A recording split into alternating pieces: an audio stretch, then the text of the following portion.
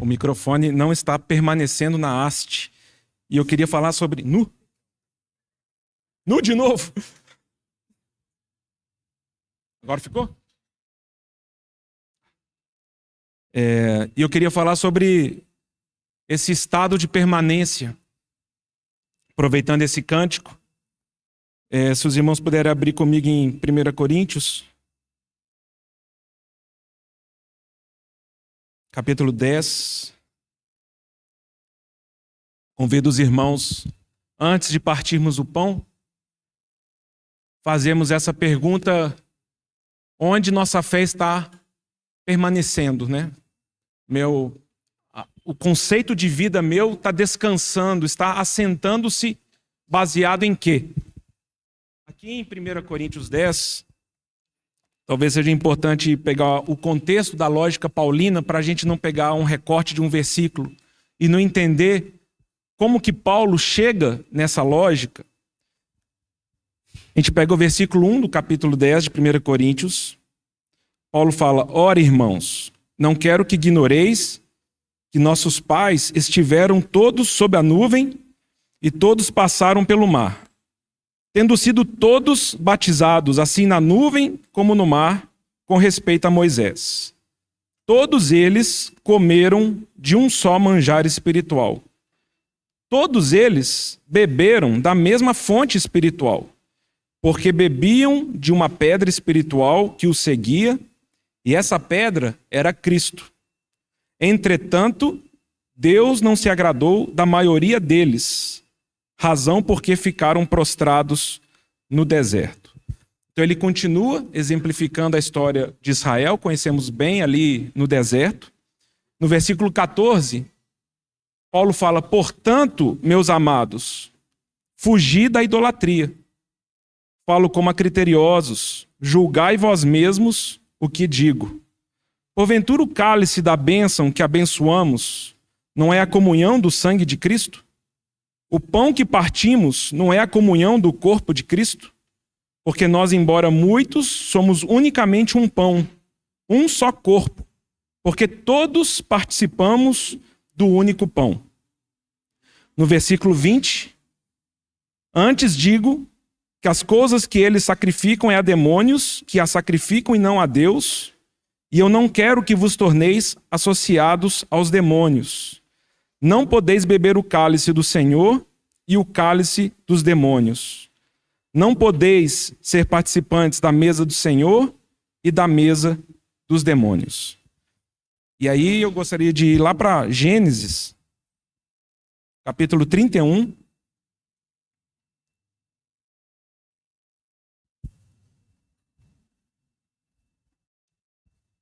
Quando Jacó e sua família fogem da casa de Labão.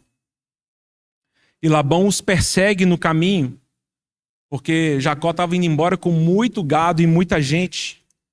Então Labão dá tempo, quando Labão descobre que Jacó está indo embora, Labão o persegue. E Labão faz duas reclamações para Jacó.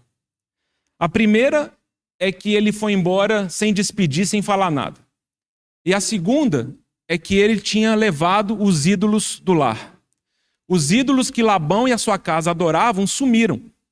Então ele falou: além de ir embora com a sua família, você está roubando também nossos objetos de adoração? Então aqui no versículo 30 do capítulo 31, Labão fala isso. E agora que partistes de vez, porque tens saudade da casa de teu pai, por que me furtastes os meus deuses? Respondeu-lhe Jacó: eu fui embora sem te avisar porque eu tive medo. Porque eu calculei, não suceda que me tome à força as suas filhas. Agora eu vou te falar, Labão, não viva aquele com quem achares os teus deuses. Verifica diante de nossos irmãos o que te pertence e que está comigo e leva-o contigo. Importante essa informação. Jacó não sabia que Raquel os havia furtado. Labão, pois, entrou na tenda de Jacó, na de Lia e nas das tuas servas, porém não os achou. Tendo saído da tenda de Lia, entrou na tenda de Raquel. Ora, Raquel havia tomado os ídolos do lar e os pusera na sela de um camelo, e estava sentada sobre eles. Apalpou Labão toda a tenda e não os achou. Então disse ela a seu pai: não te agastes, meu senhor, por não poder eu levantar-me na tua presença, pois me acho com as regras das mulheres. Então Labão procurou, contudo, não achou os ídolos do lar. Queria propor isso para os irmãos. Mais uma vez eu sinto a necessidade de revisar meu coração, para que esse momento ele não seja um momento de rito religioso, mas que seja um momento de manancial de vida espiritual para mim. O desafio que temos é que, como Paulo fala aqui em 1 Coríntios 10, esqueça, impossível. Você não pode participar da mesa dos demônios e participar da mesa do Senhor. Se a nossa realidade espiritual ela está muito envolvida com as coisas satânicas, as coisas do mal, Paulo está dizendo, esqueça, esse momento aqui ele não tem realidade para nós. Porque o Deus dessa mesa, o Senhor dessa mesa, o reino em que ele representa, é completamente diferente do reino desse mundo e das potestades satânicas. Paulo faz um contraponto numa questão chamada idolatria. Então, idolatria é o quê? É servirmos a outros deuses. Essa é a palavra no grego. Idos, latreia. Servirmos a outros deuses. E Paulo vai dizer, irmãos, olha o que aconteceu com Israel. E mais uma vez eu queria lembrar isso para os irmãos. O Senhor, ele dá uma provisão de bênção para todos. Todos estão debaixo da mesma bênção. Todos foram batizados na mesma realidade. Todos foram chamados para fora. O Senhor deu o mesmo manjar espiritual para todos. O Senhor deu a mesma rocha para todos. O Senhor deu a mesma água espiritual para que todos bebessem dela. É para todos. O Senhor deu para todos. Mas Paulo fala, entretanto, Deus não se agradou da maioria, porque nem todos responderam à proposta de Deus de uma mesa e de um cálice que pertence a ele de uma forma adequada. Porque o coração deles se tornou um coração idólatra. O que significa isso? Significa que nós nos assentamos, nós baseamos a nossa vida, nós descansamos em algumas coisas que não são o Senhor Jesus. Quando eu busco em qualquer outra coisa, contentamento, satisfação, confiança, segurança, estabilidade, resposta para as minhas ansiedades, que não é o Senhor Jesus, essa coisa que eu estou buscando está escondida. Eu sento nela e aquilo começa a ser a base da minha vida. Não é necessário dizer, né, que Raquel, ela é uma figura para nós. Eu estava lembrando, né, o Felipe Thalita aí, foi o assunto do casamento dos nossos irmãos, tem quantos anos? 15 anos já? 15? 15 anos atrás. É porque é interessante, né? A gente tende a chamar nossas filhas de Raquel. E é difícil achar Lias, né? É porque nós conseguimos ver que Raquel é a mulher formosa ali da história de Jacó. Só que é Lia que é a figura talvez mais adequada para nós de uma mulher piedosa, né? Que foi fecunda. É de Lia que nasce Judá. É de Lia que nasce Levi. Então todo o serviço na casa de Deus vem de Lia. O nosso Senhor Jesus vem de Judá, que vem de Lia. E a Bíblia vai dizer que Raquel era muito bonita, né? Jacó ficou encantado com ela, mas não era ela que permaneceria como a figura da mulher da aliança. Os irmãos lembram que quando Benjamim nasce, inclusive ela mostra sua amargura ao falar, porque ela estava morrendo, e ela coloca o nome do seu filho de Ben-Onimi, ou Ben-Omini, alguma coisa assim. Filho da minha tristeza. E Jacó fala, não, vou mudar o nome, vai ser Benjamim. Filho da minha mão direita, filho da minha força, filho da minha confiança. Raquel morre e Jacó a enterra no beira do caminho. Raquel não está ali com os patriarcas, lá naquele túmulo, lembra? Na capela, Macpela, que Abraão havia comprado. E não é isso, não é assim que tem. São as últimas palavras de Jacó antes da sua morte, em Gênesis 49. Ele faz José jurar, porque ele estava no Egito, lembra? Ele fala assim, eu quero que você jure para mim, eu não vou ser enterrado no Egito, eu quero que você me enterre junto com Abraão, com Sara, com Isaac com Rebeca e com Lia. Eu quero que você me enterre junto com os patriarcas, porque é uma figura de descanso. É uma figura que é ali que nós descansamos e a aliança do Senhor se manifesta. O Senhor Deus fala, eu sou o Deus de Abraão, Isaque e Jacó. Dessa aliança que eu fiz por meio deles, eu abençoo todas as nações. Raquel, quando morre, é enterrada à beira do caminho. E talvez um dos motivos que se mostra é essa experiência de Gênesis 31. Uma pessoa que esconde ídolos que ninguém vê. Alguma coisa que é bonita por fora, mas por dentro ninguém sabe que é idólatra. E o Senhor precisa, por sua misericórdia, abrir nossos olhos. Porque muitas vezes nós ficamos bem satisfeitos com a impressão dos homens, das pessoas. As pessoas nos acham pessoas bonitas. As pessoas nos aceitam socialmente. Nós temos um bom trânsito evangélico, gospel. Falamos bem, pregamos, oramos, damos oferta. As pessoas falam, esse cara é bonito. Mal a pessoa sabe que aquela pessoa esconde no seu mais íntimo ídolos. Ela se assentou e escondeu ídolos dentro dela. O marido não sabe, os filhos não sabem, o pai não sabe, Labão. Mas não importa. Não importa a opinião das pessoas, o que importa é a realidade no nosso coração que nos impede de participarmos da mesa do Senhor, porque ao longo do nosso caminhar nessa terra, temos comido e bebido da mesa dos demônios, das ofertas dessa vida, da brevidade das propostas, dos prazeres e dos objetivos terrenos, que começam a definir nossa agenda de vida, nosso tempo, nossa dedicação, aquilo que nos faz dormir cedo para acordar cedo, aquilo que nos faz ter esperanças nessa vida, sonhos dessa vida, porque estamos escondendo ídolos. O Senhor precisa abrir nossos olhos, irmãos, para que a gente fale, eu vou permanecer em Cristo Jesus. Senhor, quebra, joga por terra tudo aquilo que eu, talvez nem consciente, tenho descansado e estribado a minha vida.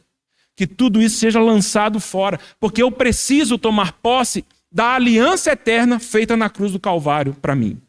Qualquer proposta de vida que não converge para a cruz de Cristo, cuidado. Pode ser um ídolo. Qualquer coisa. Inclusive vestido de religião. Vestido de piedade. Escondido numa linda cela e numa linda saia. É um ídolo que está ali, ó, escondido ali embaixo. Essa é a notícia para nós. Aqueles que desejam, e não é fácil, lembra, nós lemos aqui o cálice que bebemos é o cálice da mesa do Senhor. E o cálice nas Escrituras muitas vezes vai significar a vontade de Deus, a operação da vontade de Deus. Aí os irmãos lembram quando o Senhor fala isso, né, para Maria, mãe de Tiago, quando pediu para ele, falou, olha, você não sabe o que você está pedindo. Nenhum deles tem condição de beber o cálice que eu vou beber.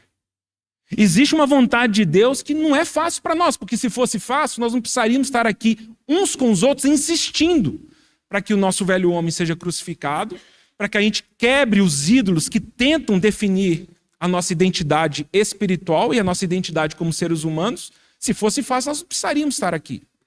Mas o cálice do Senhor, ele é desafiador para nós, porque ele fala, você tem certeza que você quer permanecer em Cristo? Você vai ter que abrir mão de tudo aquilo que é natural e visível nessa terra. Se você não tiver essa disposição e essa coragem, você não pode desfrutar da realidade espiritual que Cristo oferece. Então, irmãos, que o Senhor nos livre. Porque a gente ter momentos de, não sei nem qual que é o termo que eu usaria, momentos de alívio da alma, né? Um momento que a gente fala, nossa, eu fui para a reunião e me senti aliviado, me senti abençoado. Eu escuto várias pessoas dizendo em shows e festas que sentiram isso também. Indo lá no Rock in Rio, indo lá no show da Ivete Sangalo. Voltei com a minha alma lavada. Eu não estou buscando aqui, e nós não temos que buscar alma lavada não, irmãos. Nós temos que ser confrontados pelo Espírito Santo, porque nós não temos que sair daqui da reunião, foi uma palavra light. Nós precisamos ser confrontados pelo Espírito Santo, para que o Espírito Santo fale, enquanto essa situação você estiver escondido na sua vida, você não pode desfrutar das bênçãos profundas de Cristo. Você precisa perceber que essas coisas precisam sair de debaixo da sua saia. E talvez Raquel pensou assim, não, me dei bem, ninguém ficou sabendo. Porque vocês viram o que Jacó falou? Labão, se você encontrar seus ídolos aqui com qualquer pessoa, você pode matar essa pessoa. Mal Raquel sabia que ela estava escondendo maldição para a sua vida. Maldição para a sua história. Então aqui nós não estamos aqui buscando sermos safos, né? Sermos safados da impressão e reputação humana, irmãos. É o Senhor Jesus que preside essa mesa. É o Espírito Santo que nesse momento, enquanto participamos dessa mesa, está visitando o nosso coração. É nesse momento o Senhor fala, é verdade, você vai fazer memória da minha obra? Com esses ídolos estribados debaixo de você? Você acha que o que eu tenho para te oferecer não é mais profundo, melhor, superior do que as coisas que têm definido seu humor, sua alegria, sua esperança? Caiam por terra todos os ídolos vãos.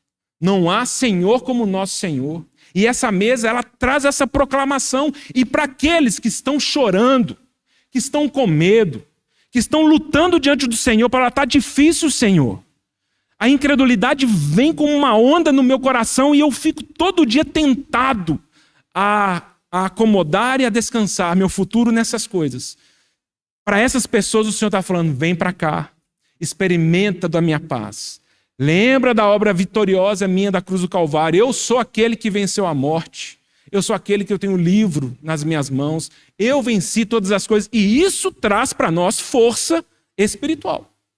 Então, muito menos do que preenchermos nossa agenda dominical, comendo um pedacinho de pão, bebendo um cálice de vinho, cantando meia dúzia de cânticos, sem que o nosso coração examine-se a si mesmo e fale, Senhor, eu tenho visto alguns ídolos no meu coração que precisam cair por terra. Eles precisam ser destruídos pelo poder do Teu Espírito Santo. Eu quero permanecer apenas em Cristo. Ele é a minha raiz, Ele é a rocha da minha salvação. E eu quero estar descansado nele. Né? Que o Senhor nos abençoe. Tem alguns visitantes conosco, né? Nós queríamos dizer àqueles que nos visitam que essa mesa, ela pertence ao Senhor Jesus. Não necessita ser de um hall de membros para participar de alguma coisa que não pertence a essa comunidade, pertence ao Senhor. Então, todos aqueles que já foram comprados por sangue, já confessaram o nome do Senhor Jesus, são convidados por Ele mesmo a fazer memória da sua obra na cruz do Calvário e a desfrutar e gozar das bênçãos imediatas, das consequências instantâneas que o poder dele tem para nos oferecer agora. Né? Que o Senhor nos abençoe.